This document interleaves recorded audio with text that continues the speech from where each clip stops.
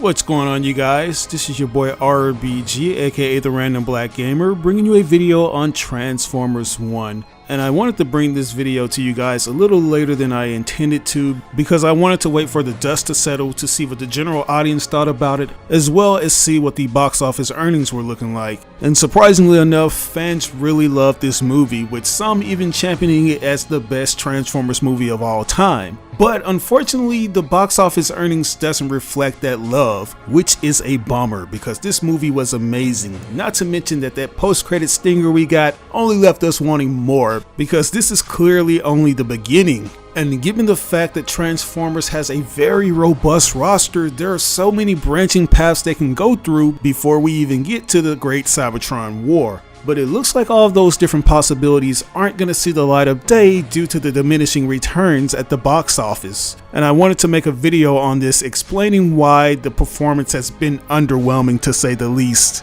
because I believe there are multiple things that contributed to its failure. And the first thing that we had to talk about, which I'm pretty sure you guys have already guessed, would have to be the marketing for the movie, which many fans felt was a deal breaker for them, and that's mostly due to the overly comedic tone. When Paramount finally decided to drop the first trailer, fans couldn't help but feel like this movie was targeted more towards kids than adults, because it was packed with a lot of cringy jokes, not to mention that its overall aesthetic didn't help. It just looked like something that you would see on Nickelodeon. I personally didn't have a problem with it, since it felt like a breath of fresh air to see the Transformers looking more familiar, but there was that audience that was understandably confused by this, given the fact that we received more realistic looking Transformers that had a darker tone. It's important to keep in mind that we have been getting live action Transformers movies for the better half of 17 years, and not only did this feel like a far cry from what we've been getting, it also felt like a downgrade to some. Like, say what you will about the live action Transformers universe and how it's not as big as it used to be, but we have become so accustomed to seeing these characters in a realistic format that we expect to see something similar with the upcoming films. We just didn't want the usual human related shenanigans to go along with it. We wanted to see the actual lore of the Transformers, and while Transformers 1 gives us that actual lore, it just doesn't look that pleasing to a lot of fans' eyes, causing them to instantly wave it off. And then you have another audience that yearns to see things like they have seen in the yesteryear of the G1 Transformers, particularly the '86 film that was done using classical 2D cell animation. It's still a Transformers related project that's held in high regard, and it was produced in a style that a lot of G1ers desperately want to see it return to. So as you can see, this film didn't necessarily have a lot of fans vouching for it from the G1 or modern side, which says a lot, because as divisive as these Transformers films have been, there's always been that sector that favors it over the other. Although the Michael Bay films boasted a lot of chaos, there was a dedicated audience for that. And then you have the newer films that take on a more G1 inspired aesthetic, which the G1 fans really appreciated. And I was in that small minority of fans who was looking forward to this movie, because at the end of the day, I'm a Transformers enthusiast, and I honestly felt like this was a breath of fresh air that could potentially be something great, which is what we got. Another major issue that this film had going against it was the fact that we were going to be getting a star-studded cast to voice the characters, as opposed to the usual one, which consists of Peter Cullen as Optimus Prime and Frank Welker as Megatron. As you guys know, these are two individuals that are permanently ingrained in Transformers,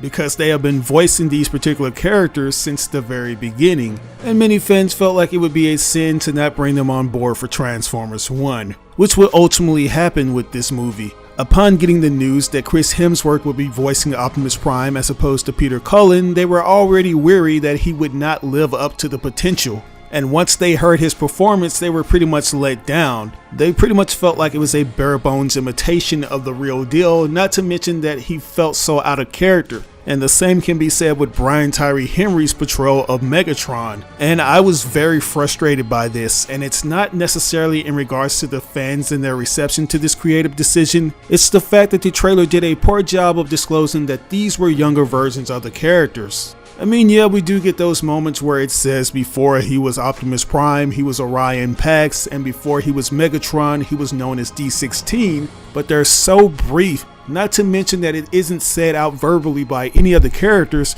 that fans still associate them with the characters that they know them to be, which is Optimus Prime and Megatron. If you guys remember, before we got a trailer to this thing, let alone knew that it existed, the first thing that we got was that this is going to be an origin story pertaining to Optimus and Megatron. And it kept hammering that home, even with the executive producer, who, for the record, I will only be referring to as this person because I've said their name in countless videos, not to mention that it's annoying pronunciating it. I don't want to give them any more clout, so I'm just going to be referring to them as this person because they're the main reason why the Transformers film franchise is in the slump that it's in right now. But back to my original point, we kept hearing murmurings about a Transformers movie that revolved around Optimus Prime and Megatron's origins, and this person would always mention this during interviews, but they would never mention Orion Pax or D16.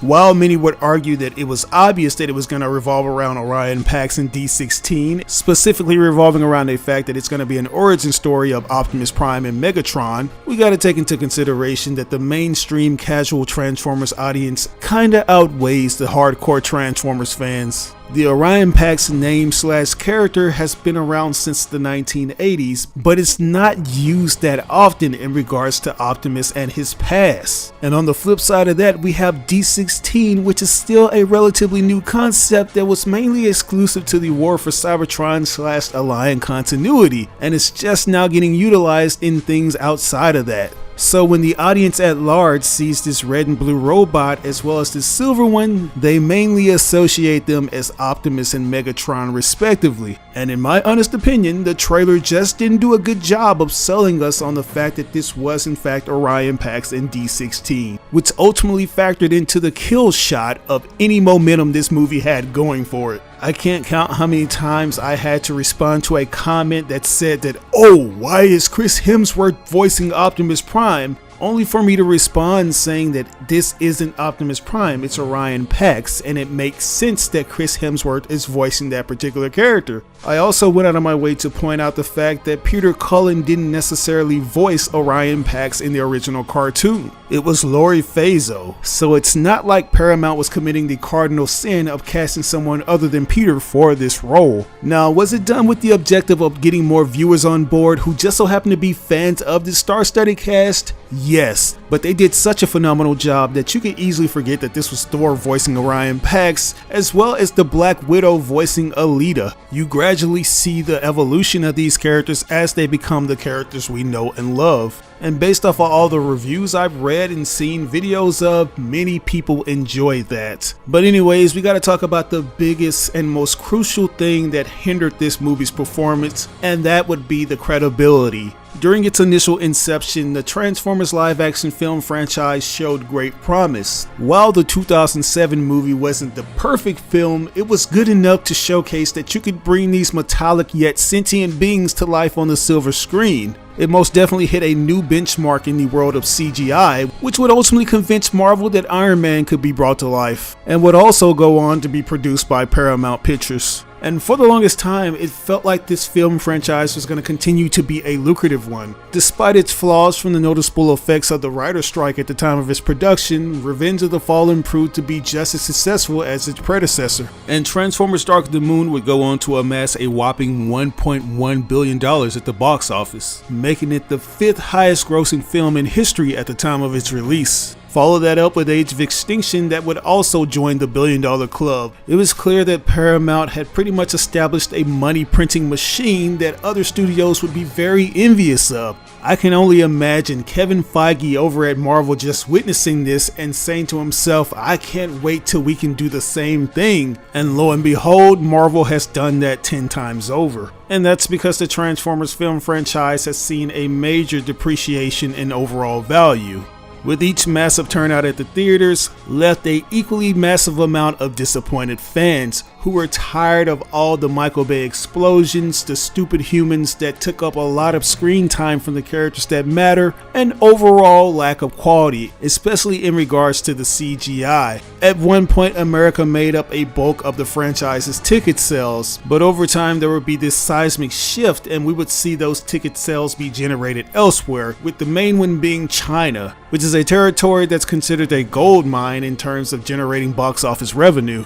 It was the region that Transformers Age of Extinction made the most money in, which, funny enough, Paramount mentioned that they could have made more than $1 billion for Dark of the Moon had they debuted the movie over in China, and they made sure to do that with Age of Extinction. And they were hoping to have a similar turnout with Transformers The Last Knight. But as I always say, you can't reheat cold french fries and expect them to taste the same. People just weren't willing to buy the same shenanigans that came along with these films, and that included their international territories such as China, which caused Transformers The Last Knight to hit an all-time low of only $605 million earned at the box office. And those numbers would continue to drop with the later installments such as Bumblebee and Transformers Rise of the Beast.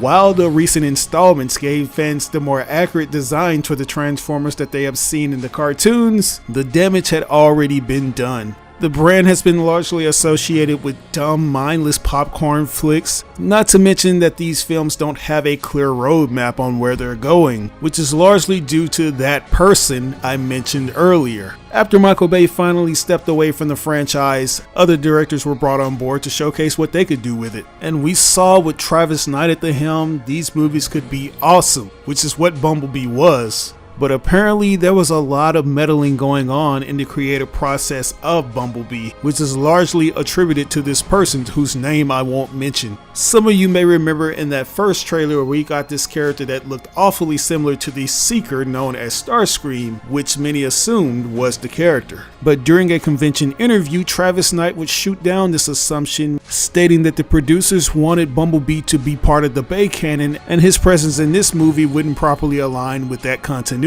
which many felt was a dumb excuse considering the fact that Bumblebee had already managed to contradict pre-established elements from the previous installment. How are you going to tell me that B landed on Earth in the 80s when in Transformers The Last Knight it was established that he's been on this planet since World War II? But despite those inconsistencies, you can clearly see that they were trying to market Bumblebee as if it was the official prequel to the pre-existing Michael Bay films, such as the teaser trailer that features a narration from the late Bernie Mac's character Bobby Bolivia from Transformers 2007. A driver don't pick the car, car pick the driver. A driver don't pick the car pick the driver.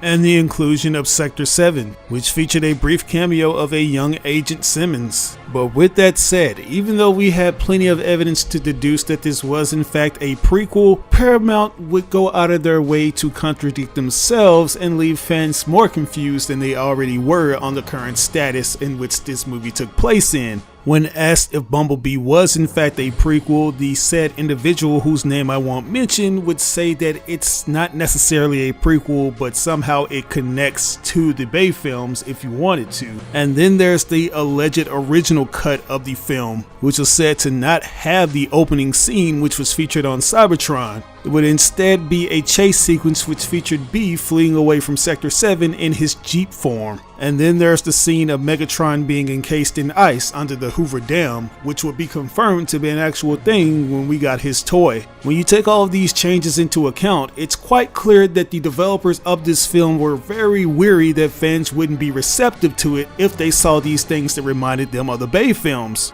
But on the flip side of that, they know that there's an audience that still yearns for those Michael Bay-isms. So they go out of their way to placate that audience's expectations by bringing things that remind them of those said films, such as bringing in the retractable battle mask and the Bayformers Optimus face for Transformers Rise of the Beast. There's also the continued usage of the radio voice for Bumblebee, which is a concept that was introduced in the 2007 film and continues to be a mainstay for the character. So this said individual has had a constant interference on the creative process for these movies. It's been rumored that the director for Rise of the Beast, Stephen Caple Jr., had a falling out with this person when they tried to convince him to return to direct Transformers Cross G.I. Joe, which to this day I'm still confused on this reveal/announcement. I'm not sure why Paramount thought it would be a wise decision to cross over the Transformers with a franchise that's flopped multiple times at the box office, but apparently this decision was made 2 weeks before Rise of the Beast premiered in theaters. That's right, that card that you see the government official All for Noah that features the G.I. Joe logo on it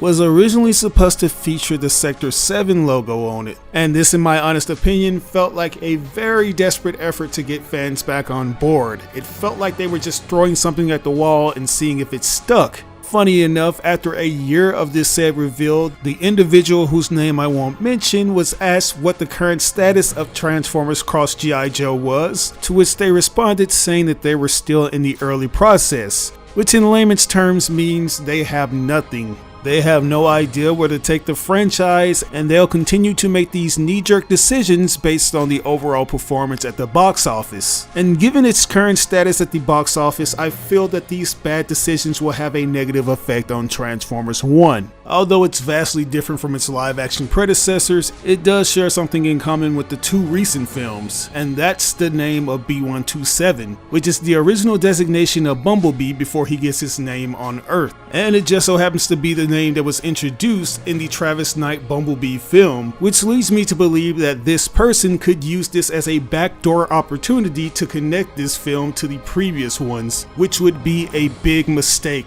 Now with that said, I feel like there's still a light at the end of this dark tunnel, because over time more and more fans have started to come out of the theaters and talk about their great experience with this project. And that positive word of mouth has actually gotten more and more fans to go in and check out the movie for themselves. While Paramount has absolutely sucked in regards to marketing this movie, it hasn't stopped dedicated fans such as TF Hype Guy from doing the job for them. At the time of me recording this commentary, he's currently trending on X with over 40,000 posts, which shows that there is a strong and dedicated movement out there that simply wants to see this movie get its fair shake. Other than being under the guise of bad marketing, Transformers 1 did nothing but serve as a love letter to the fans. It's the film that we asked for but didn't necessarily want in that packaging, but we ultimately grew to appreciate its presentation. This is why I implore you guys, if you haven't seen the movie already, go and check it out. Don't let the bad brand recognition and overall damage from the previous films discourage you from seeing this one.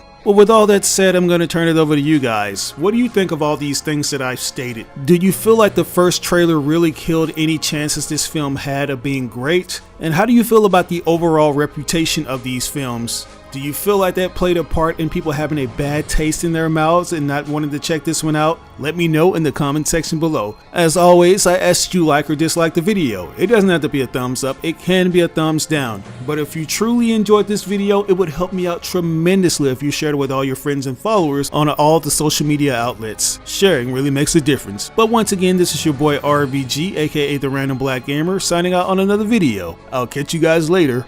Peace out.